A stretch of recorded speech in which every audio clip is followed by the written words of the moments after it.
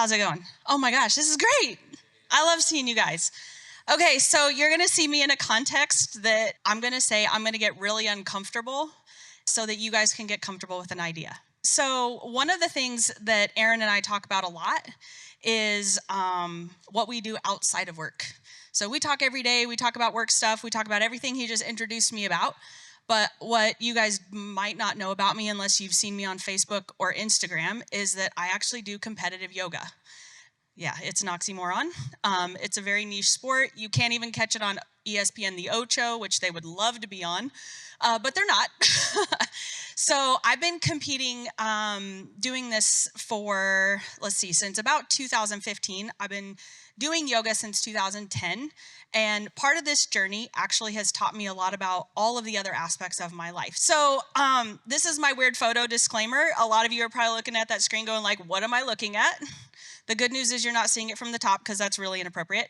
But this is called sleeping yogi pose. This is something that's like just part of the algorithm of learning something like 84 postures that I've been working on for that entire time. But what I figured out was how many people go to the gym?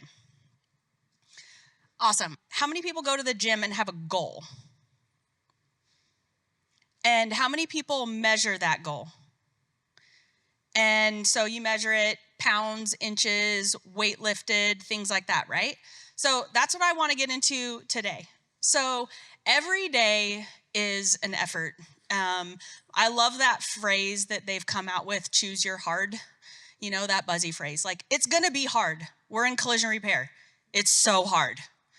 I feel like I talk to people in every other industry and go, yep, that's easier than ours. But yet we love it and we're here for it. And like once it's in your blood, you can't get away, right?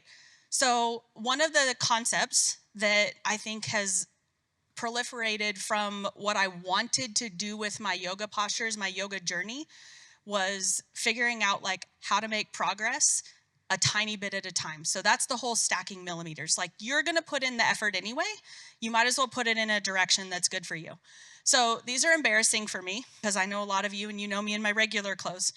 And this is awkward, but I wanted you guys to see what that progress looks like. So pictures on the left, the first left here is about 7-8 years ago. I was really trying hard. Like I wanted to do this posture so bad. You know, I watched it was so cool. And all of a sudden, seeing those really cool things that other people were doing, I wanted to do it. And they all told me, like, you just got to try every day. Just a little bit every day. Or you got to practice 5 times a week, but you've got to train at least 2 days a week. So that became my goal. That became my vision. And I said, I want to do that posture. And it took me 5 years to do it. Yeah. The one on the left, which I wish was a video, it actually goes into a vertical rotation, but that also was a 10-year posture. So I watched all of these people competing on stage, doing these amazing things, these crazy things. And I'm like, there's no way I'm going to be able to do that. But you know what? You can. And everybody, you know, I go to the gym too. My husband can attest, I'm the circus freak in the corner. So they're all seeing me do these things. They're like, oh, you're so flexible. You're so flexible. And how did you get that way? And my answer is literally 1 millimeter at a time. And that it's true because that was the only way that I could get there because you can't force yoga postures. You can't force your body into things. Everybody that goes to the gym has a regular routine. They know that. So how do we correlate this to collision? How do we correlate it to you? Because what I'm up here talking about is I see people. You guys might have work goals, but work goals don't happen without all of the other goals. So I wanted to talk about like what this process looked like for me. And what it looked like for me was I wanted to know where I wanted to go in every important area of my life. So another aspect of me is I'm a Christian. So I took what I'm going to call a biblical view. You could insert your own belief system, but I personally believe that first of all, you have to have your spirituality, who you are, your understanding of self, whether or not you believe a higher power. That's number one. And then there's relationships, whether that's marriage, other halves, self, whatever that means to you, relationships, family. Family can mean any kinds of things. It can be your real family or your given family. You guys are my given family also. So I include you in that. And then there's your health, right? Like you've got nutrition, your sleep, like how you take care of your body. And what I'm talking about today is one of those aspects. And that's where this yoga competition thing fell in. And then there's business. And then that's our goals, like, what do we want to do there? So how this started out for me is like, what are the top 3 things I would want to do in every single one of those categories? Like, what would that look like for you? Take a second, think about it. Like, what do I want to do? Like, for me, it's what would I want to do with church? What would I want to do to better the relationship with my husband? What are things that are important to me with my family? What are the goals that I have for my physical body, and how often do I want to do that? How often do I want to address that? And then what do I want my business to look like? Now, the overarching thing is I have a mission and a vision for all of this. Like, what's the overall, what do I want as the mission of my life? What do I want it to look like? What do I want the vision to be? So we'll get to that. How do we do this? Here's the practicals. Number 1, I have a best friend. And she tells it to you straight. Like, if you're messing up, she'll be like, don't do that. And you need an accountability person, somebody who may not actually be your friend because friends tell you nice things. You need somebody who is going to tell you the real deal. And you got to meet with them often.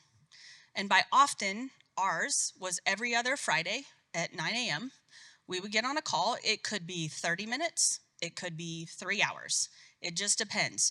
But it's where are you on all 3 of those goals in every single one of those categories. And sometimes I was literally doing things the 11th hour and 59th minute in order to get on the call with her and say I made progress, but that meant I made progress every 2 weeks. And if I wanted to change a goal, I'm testing it with my accountability partner. I'm saying, this is what I want to do. And she make me know why. Make it make sense, right? So understanding who you are and all of those things, testing it against somebody else who's willing to tell you the truth. This is the person that will say, you got stuff in your teeth, your zipper's down, your haircut looks stupid.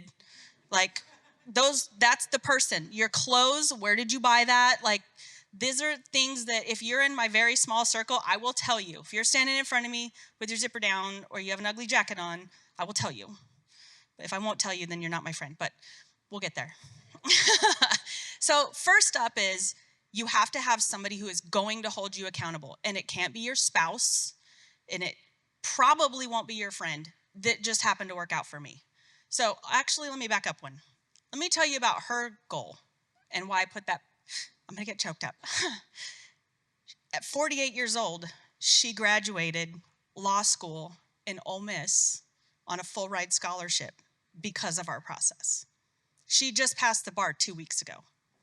She is a practicing lawyer today. This process works, and we hold each other accountable. Sorry for that. But it's important, and it's what matters. So what else do you need? You need experts. So if you're just business-minded in here, then you can correlate that, like, you need experts around you. Top left here is one of my training partners. Her name's April.